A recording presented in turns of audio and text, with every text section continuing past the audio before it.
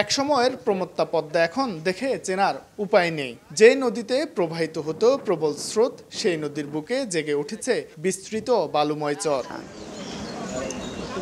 বিগত কয়েক বছরের তুলনায় এবার পদ্মায় পানি প্রবাহ কমেছে আশঙ্কাজনকভাবে। যৌথ নদী কমিশন থেকে পাওয়া তথ্য মতে এবছর ১ জানুয়ারি থেকে এখন পর্যন্ত প্রতি ১০ দিন অন্তর পানির পরিমাণ হার্ডিঞ্জ ব্রিজ পয়েন্টে যথাক্রমে ৬৩,১১৩ কিউসেক, ৪৮,৫১৮ কিউসেক, ৪৮,৩৫৯ কিউসেক, ৪৩,৯২৬ কিউসেক। পানির প্রবাহ ঠিকমতো না থাকায় নদী পাড়ের মানুষের জীবন জীবিকা পড়েছে হুমকির মুখে।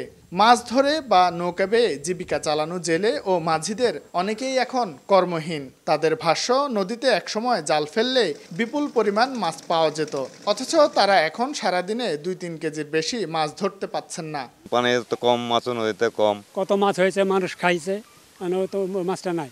সারাদিন বেড়াইলে এক পা মাছ হয় না। পানিও ছিল, মাছও ছিল, এখন পানিও সেরকম না, মাছও নাই, হারিয়ে গেছে। পানি উন্নয়ন বোর্ডের ঊর্ধ্বতন কর্মকর্তা পদ্মায় পানি প্রবাহ কমার পেছনে ফারাক্কা ব্যারেজকে দায়ী করেন।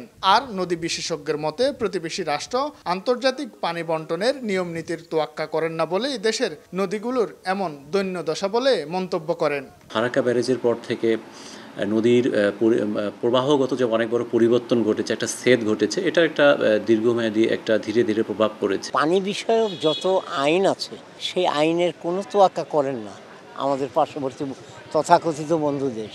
পদ্মায় শুষ্ক মৌসুমে পানির স্বাভাবিক প্রবাহ নিশ্চিত করার জন্য ১৯৯৬ সালে ভারত ও বাংলাদেশের মধ্যে একটি চুক্তি স্বাক্ষরিত হয়। কাগজে কলমে এই চুক্তি বলবৎ থাকলেও পানির ন্যায্য হিস্যা বুঝে পায় না বাংলাদেশ।